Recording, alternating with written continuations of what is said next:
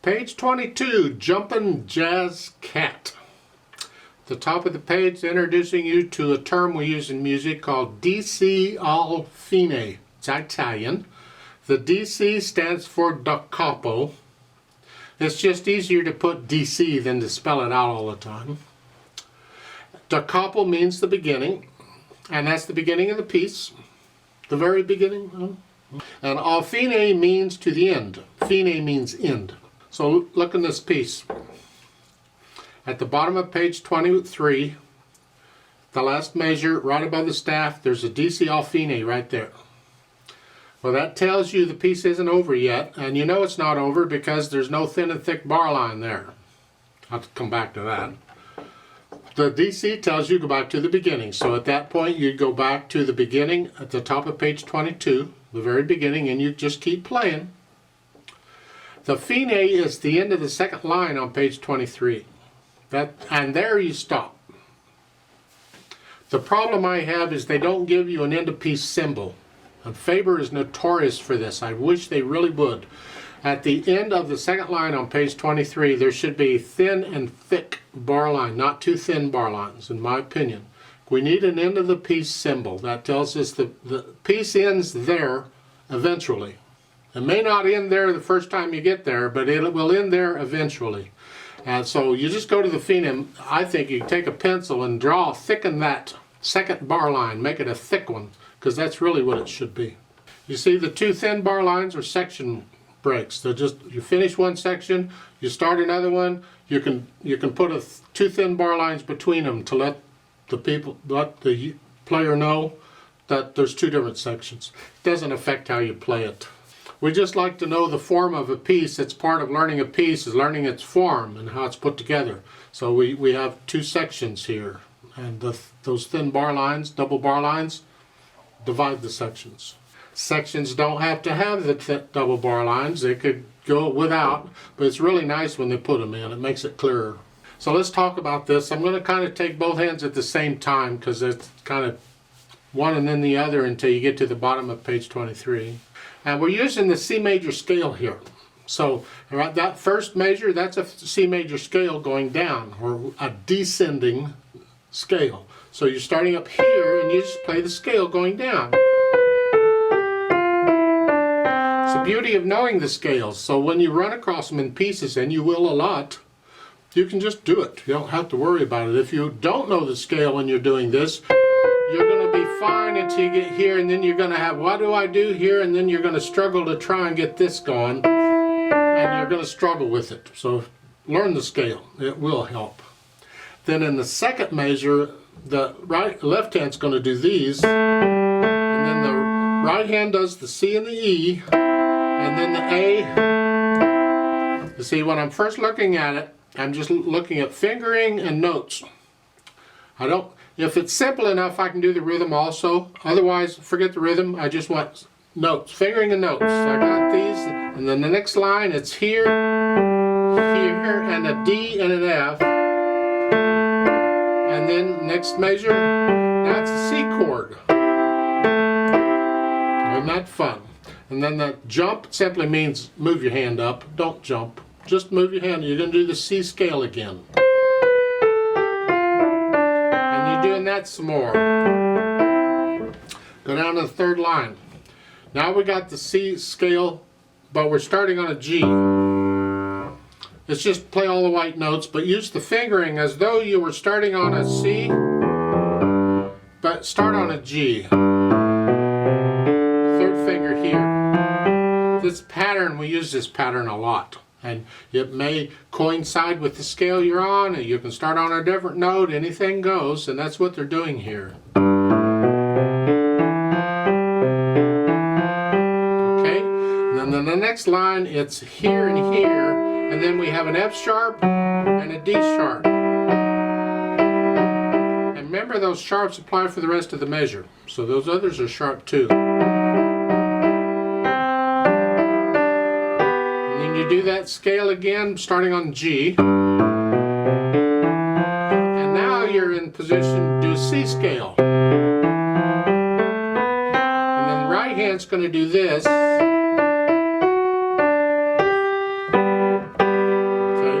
Once I have an idea of the notes and the fingering, then I can go back and make sure I get the rhythm at the beginning. 4/4 time, 1 and 2 and 3 and 1 and 2 and 3 and 4 and 1 and 2 and 3 and 4. What? Okay, let's look at the second measure.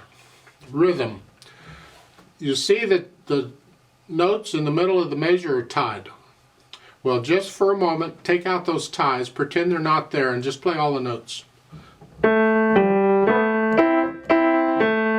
they're just all eighth notes until the last one. 1 and 2 and 3 and 4. That's all, they're just eighth notes. And then once you have a handle on that, go ahead and put the tie back in. You think playing the second eighth note, you're just hanging on to the first one instead. 1 and 2 and 3 and 4. And that rhythm is for the next line also, different notes. 1 and 2 and 3 and 4 and 2 and 3 and 4 and so forth. And that's the trickiest part of the rhythm. Then once you can do that and work out your hesitations, because how fast you go isn't important. We can go real slow right now, but it needs to be a steady beat. Those eighth notes need to be steady. The beat's got to be there. Then we can put in the articulation. Well, you got staccatos and accents, and these other places, like at the beginning, the first line, they don't give you anything, so just go ahead and connect them. You can pretend there's a slur over it.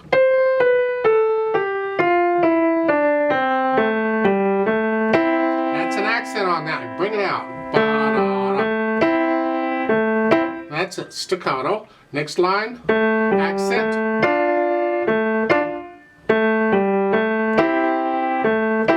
So you got accents and staccatos, and then you do it some more over on top of page 23. Let's go down to the third line on page 23. Now for some reason they've given you the slurs. I don't know. I'd connect them anyway.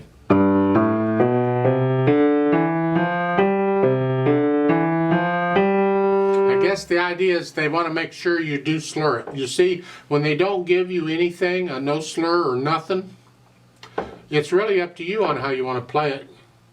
You're going to interpret it. I could separate those notes if I wanted to. But when they give you a slur, you don't have a choice. You got to connect them. So I'm guessing they want to make sure you don't put a silence between the measures. Some people would do that. So they put silence between the measures. And they don't want that. They want it all connected, so they drew a slur over it, I guess. And then the next line, your slurs. Staccatos again. Right there, when you play that half note, lift the left hand up. Right there, and then a slur. Now that they've broken the slurs up, now you lift up between the slurs.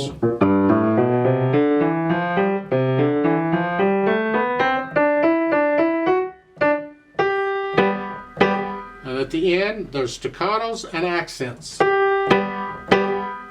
Like so, and that's the articulation. And we can add the dynamics, what there is of it. It's sort of loud at the beginning, at both hands.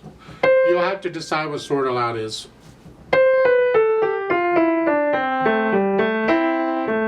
It makes the accented notes loud.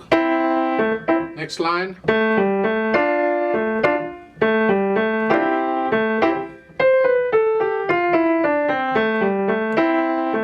So forth, and then you get to the third line down, that it's moderately soft. So you get them down just a little bit to sort of soft. And back up to where you were, moderately loud, both hands. Now it's moderately soft. Now up to moderately loud. Now you're going to crescendo up to loud. Don't get loud to the last measure. Makes the accented notes there very loud. And then you go back to the beginning. Speed wise, Allegro's fast, and they're suggesting a 2 beats per second. So 2.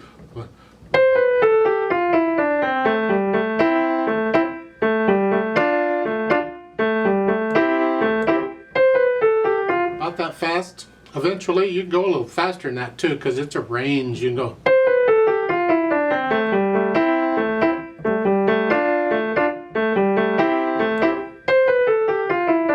So forth.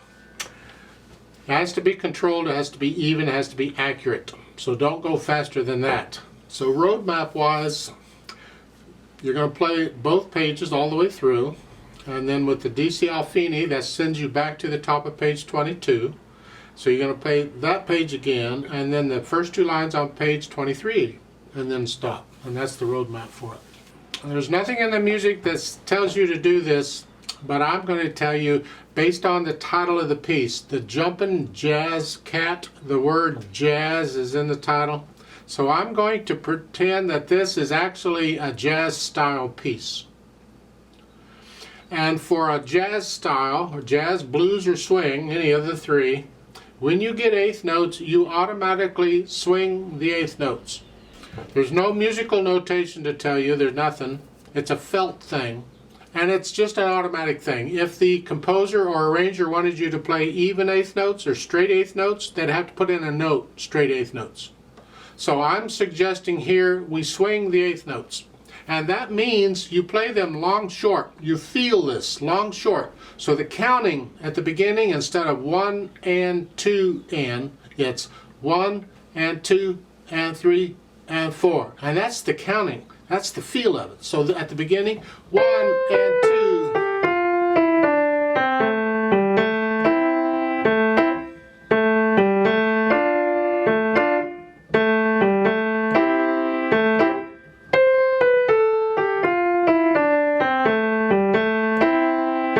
See? And then the third line down, it's that.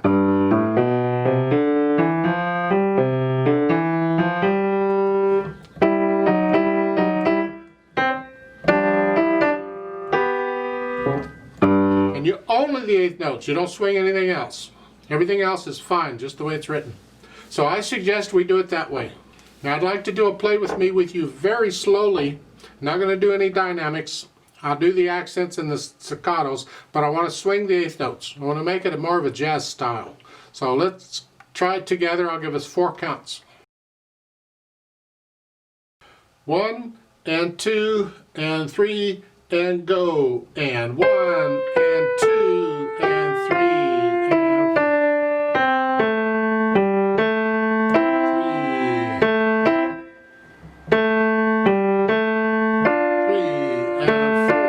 and 1 and 2 and 3 and 4 and 1.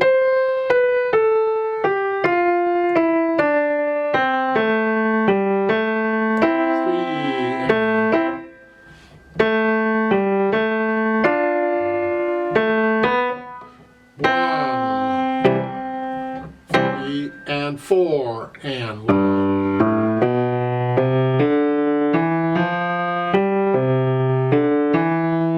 3 and 4 and 1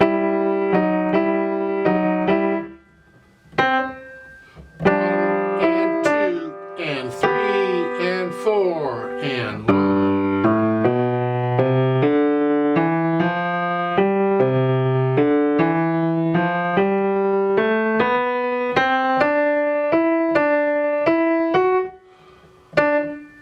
1 and 2 and 3 to the beginning. 3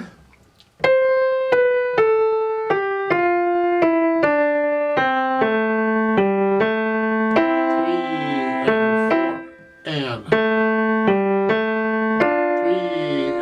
4 and 3 and 4 and 3 and 4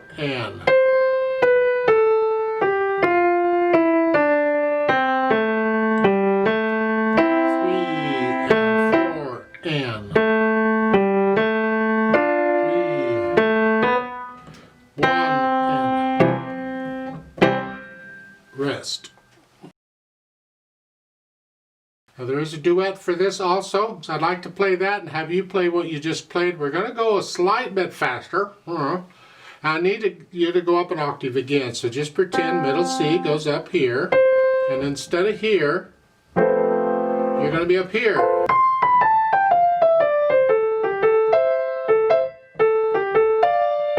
Like so. I'll speed it up, maybe not full speed, but up a bit faster than we were. 1 and 2 and ready and go, and 1 and 2 and 3.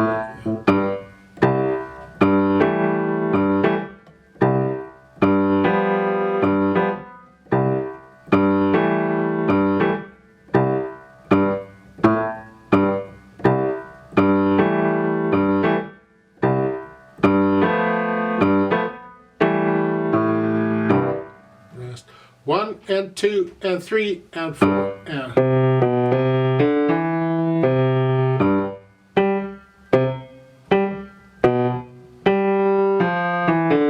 1 and 2 and 3 and 4 and